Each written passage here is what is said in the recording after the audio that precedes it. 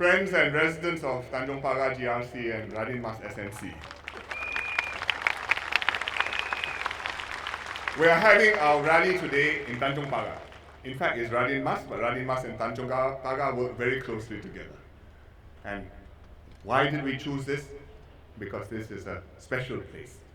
It's where Mr. Lee Kuan Yew first stood as a candidate in 1955 to be elected to the Legislative Assembly, to become a legislative assemblyman.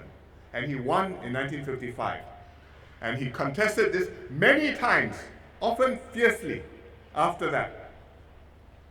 And the residents, the voters supported him time and time again. Until he passed away this year, 60 years continuous service representing the same constituency. I think that is a Singapore record which is going to be there for a very long time to come.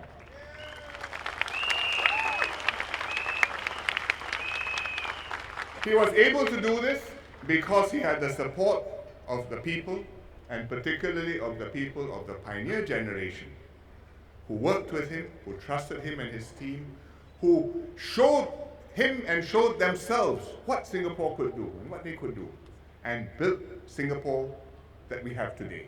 And that's why we have the Pioneer Generation Package, to thank them, to express our respect for them, to show them that we honor them and will remember them forever as the Pioneer Generation which built Singapore. And today, look around you, if you find somebody who looks like the Pioneer Generation, thank him and give him your respects and your compliments. Thank you very much.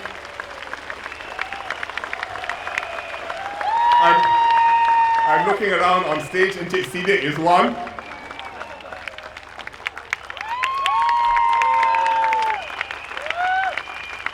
But I think the others don't qualify yet.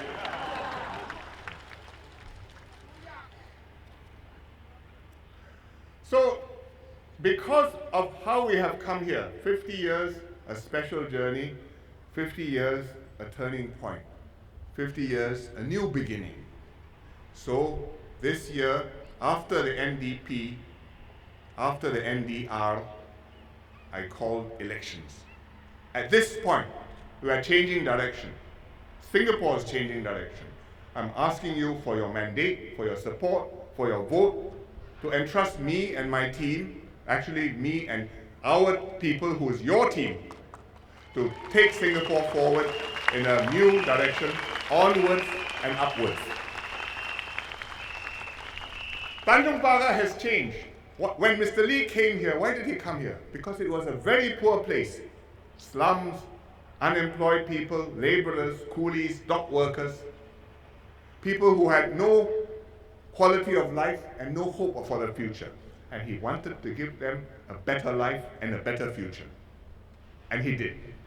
And you can see it today in Tanjong Pagar, in Bukit Ho Si, which has now become Delta, in all the ways in which Tanjong Pagar has changed. Duxton Plain to Pinnacle. Queenstown today, with new flats coming up, with Dawson, one of the most beautiful precincts in Singapore. As good as many, many private developments and condominiums. So from a slum, from the place where people had no hope and no homes to live, and lived shared beds, shared clothes, sometimes even shared trousers, to today, where Tanjong Pagar is one of the most desirable places to live. That is quite a journey, and I'm very happy that many of you have come along with us on this journey. But we are going to continue to develop Tanjong Pagar, because we are not done building Tanjong Pagar, and we never will be. So, what are we doing in the long term? I'll give you one big thing which is going to happen in Tanjong Pagar, the southern waterfront city. Tanjong Pagar has been port, right? The harbour board was here, the PSA is here, the Tanjong Pagar docks are here. Now the Tanjong Pagar container terminal is here. But from the year 2027, that means 12 years from now, the port is going to start to move to Tuas. Not all overnight gone, But slowly, step by step, we are building a new giant port in Tuas, and this one will go from Tanjong Pagar to Tuas. Pasir Panjang also to Tuas. Pulau Brani also to Tuas. And Pulau Brani, Tanjong Pagar, Pasir Panjang, we will have a big area, 3 times the size of Marina Bay. And we will build something 3 times as beautiful as Marina Bay.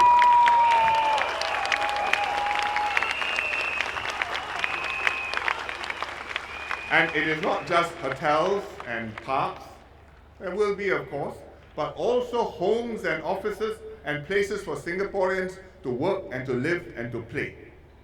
Green, beautiful, high quality of life shows what Singapore can be.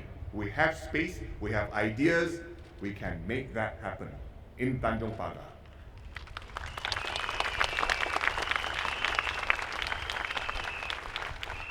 So what we are doing in Tanjong Pagar, we will have similar things all over Singapore. Changi is going to be a big development. Changi Airport, T4, T5 coming. T4 coming up, T5 already starting to plan and to work. Another 20-year project. When Changi develops, Paya Lebar Airport, Air Base will go to Changi. Paya Lebar will be a big development. That's another 30, 40-year development project. Jurong Lake District. You saw the pictures I put up a year ago. Slowly we're starting to make it happen.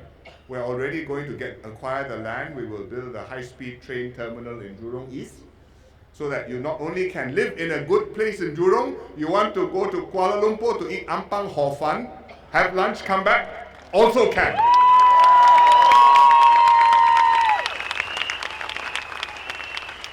So we are going to make Singapore different, but to do that, we have to do it together. And therefore, I ask you for your support to vote for us and vote for our ideas.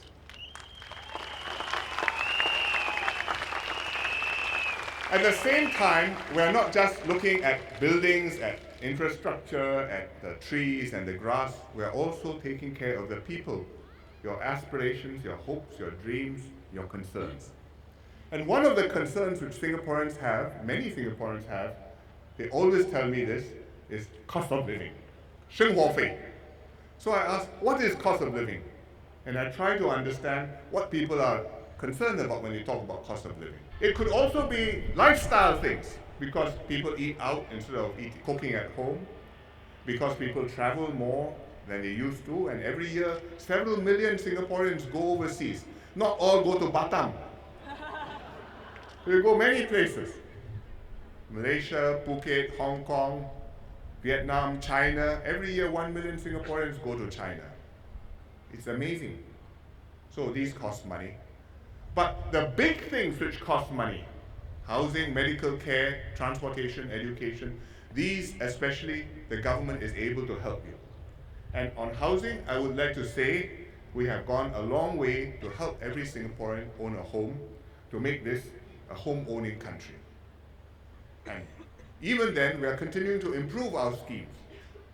For example, the household income limit to buy an HDB flat.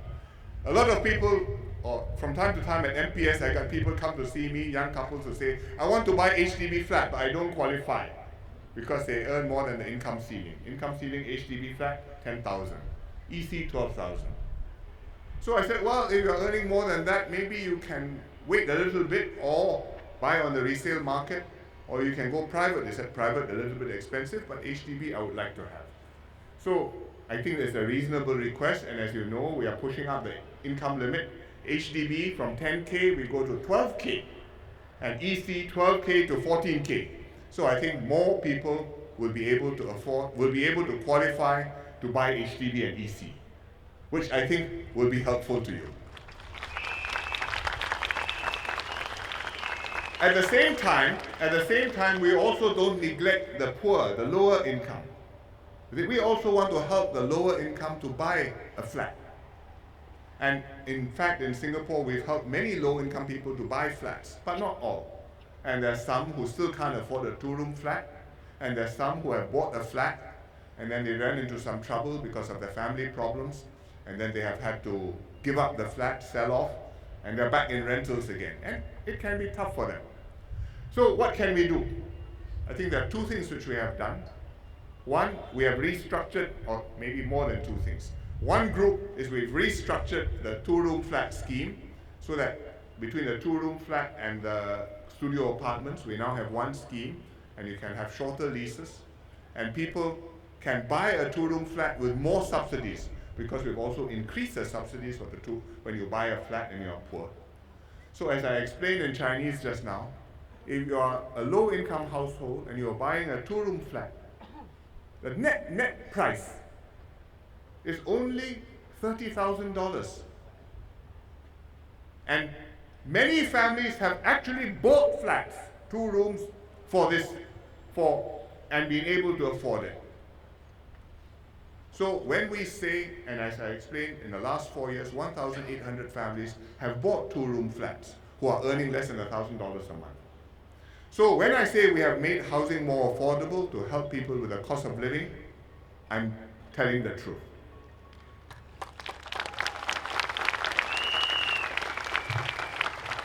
On healthcare also, which is a big item which worries people, we have done a lot of work because we know that people are growing old, we know that old people worry about these things, and understandably, and I think the children also worry about these things. And therefore, we have the PG package because that focuses on healthcare. Therefore, we have got new schemes like MediShield Life and the CHAS card, the blue and the orange card, so that you don't have to worry. Therefore, we are building more hospitals, more community hospitals, so that when you need medical treatment, you can go in. You heard Dr. Chia Shilu just now explain to you how in other countries, healthcare is free, but it's free up to a point, and they say, sorry, no more ticket this week, or this month, or this year, come back next year. Even if you are very sick, even if you have cancer. Next year, 走了咯. But in Singapore, I think we try our best to make a system which everybody can get the treatment they need. You have to pay some, but if you need the treatment, you can get the treatment. And that is our promise to you.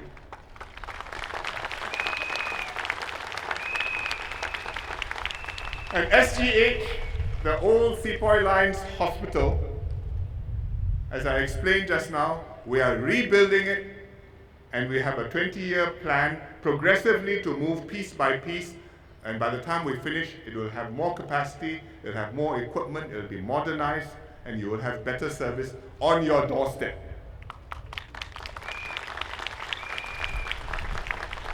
We are already started because we've got the eye center. You know what it is like. I think many old people have gone for cataract surgery at the eye center. It's fast, it's efficient, it's affordable. We've got a new National Heart Center. We just opened it last year. We are building a new cancer center at SGH. And we are building a new Outram Community Hospital. So just like Tan Tock Seng Hospital, next door you have Ren Se. Just like Changi General Hospital, next door you have St. Andrew's Community Hospital. So that when you're very sick, you go to the hospital. When you're better but you're not ready to go home, you can just move next door to the ComHos. And if in the ComHos you become not so well again, very easy to go back and get a specialist and a doctor from the main hospital. So SGH will also have that.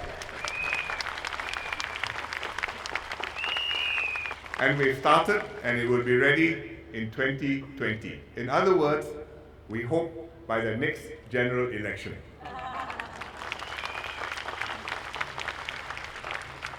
So this is what we are doing when it comes to cost of living.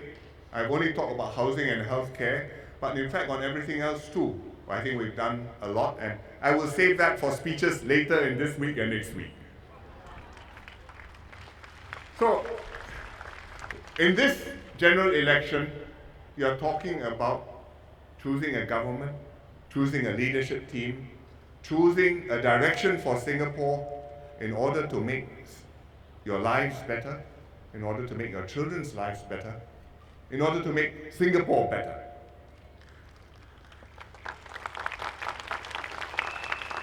These are very difficult things to do, but we can do them provided we have a good team serving Singapore, serving you, serving all of us. And we need your support to do that, because without your support, if you have good men but they can't get elected, or if they're elected and they can't get support for the policies which they want, which they need to do, then I think we have a problem. In Tanjong Pagar, Mr. Lee Kuan Yew never had a problem. Early years, he fought many elections fiercely. There was even one time when he had an issue in the Legislative Assembly and he got challenged. And he told David Marshall, I challenge you. If you will contest me, I will resign. We can have a by-election in Tanjong Pagar. David Marshall foolishly said yes. Mr. Lee Kuan Yew promptly resigned. David Marshall chickened out. But Mr. Lee followed through with the election, and of course, he won that election. So, for many years, he has defended this place until in the end, people were not so keen to come and challenge him. But it didn't mean that they had forgotten about it, because they were waiting to see one day Mr. Lee not there, we will have a chance. Try. So you see, this time, the opposition party didn't lose their nomination papers. Unlike last time. But so you see, we are also not stupid. So we made sure that with Mr. Lee in the GRC, we had a good team supporting him and good team ready to take over when he is not there.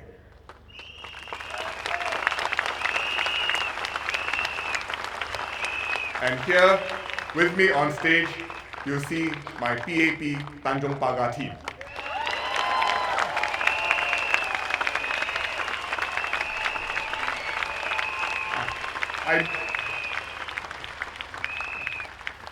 I don't really need to introduce them to you, because if I really needed to, then I think too late already. But I will nevertheless say something about them. Indrani looks after Cairn Hill, but she's also been helping Mr. Lee take care of Tanjong Pagar.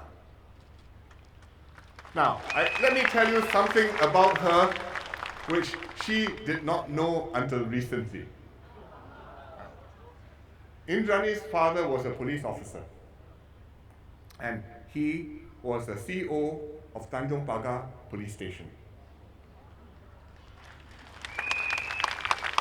So, when Indrani was interviewed to be an MP, Mr. Lee was on the panel, looked at her closely and said, "Your father, this name." Indrani says, "Yes, you may know him, sir, because he was Deputy Commissioner of Police." So Mr. Lee said, no, I think it was longer ago than that. Recently, Indrani showed me a photograph of her father with my father, and her father was CEO of the Tanjong Pagar police station, and my father was visiting the police station. She told me she didn't know that her father was CEO of Tanjong Pagar police station. So she's a second generation Tanjong Pagar community service officer. And maybe that's why 佢嘅廣府話好好㗎. As you heard just now, Chan Chun Sing's 廣府話又唔錯. He came in as a general from the army, but if you see him today, you will not guess that he was a general, because he's learned a new job. Why did he learn a new job? Because when he came out of the army, he went into politics in a very deep end. No transition, no runway, no understudy period. First day, acting minister, MCDS, Ministry of Community Development and Sports, now MSF. He had to learn.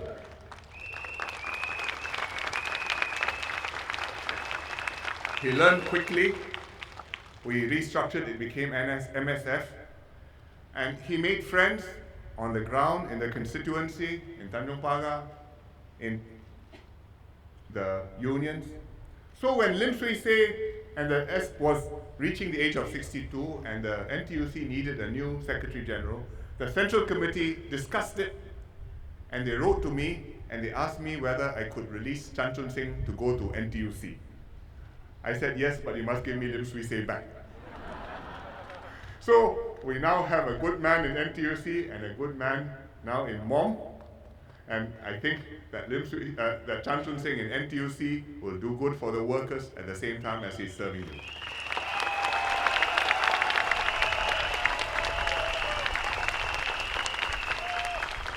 Shilu knows about medicine. You heard him just now explain healthcare to you and why our system is not so bad and how he's able to treat all the patients who come to him. What he didn't tell you is he often takes patients who come to him because they are patients who come from Tanjong Pagar GRC. So he is a bit like Dr. Lily Neo. He is your MP and he's also your doctor. But I think he's got a good heart, and in Queenstown, he's done a good job. A lot of upgrading in Queenstown.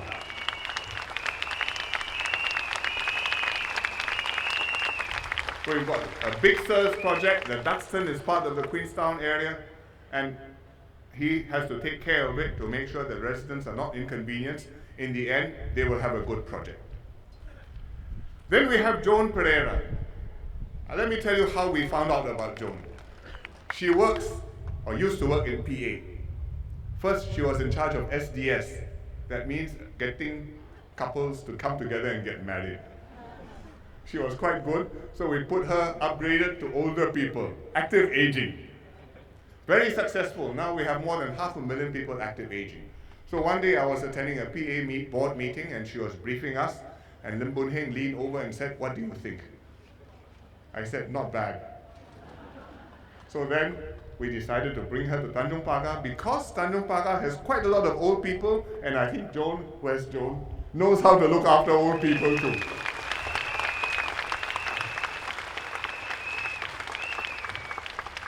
Then we have Melvin Yong. He also is a policeman. And he used to be commander of Clementi Police Division. And part of his police division included Tanjong Pagar. So I think he knows a lot about Tanjong Pagar, even the parts which you don't really want to go to. And he's familiar with the ground. I think he will know how to solve your problems. He was helping Miss Penny Low in Punggol North for quite a long time. Penny was hoping that he would be able to succeed her in Punggol North. But I told Penny, sorry, you have groomed him, trained him, prepared him. Now I'm going to take him away. Please give him to Tanjong Pagar. Penny says, okay, but you must send me somebody else. So I did. I think you've got a good man here. Finally, I should say something about Sam Tan. Sam Tan is Radin Mas, but actually working very closely with Tanjong Pagar. And he was mayor of the Central CDC, so he helped us look after all our needs and gave us support. And he is very good with the residents, especially the older residents. He talks their lingo, he knows what they need, and he goes activities with them. And you listen to him in Parliament, he's very good. The language is never rough, but the points are very sharp.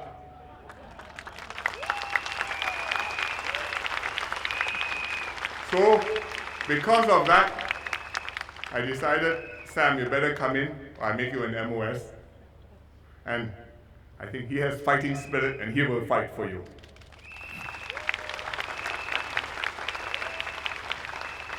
So, we have a good team in Tanjong Pagar.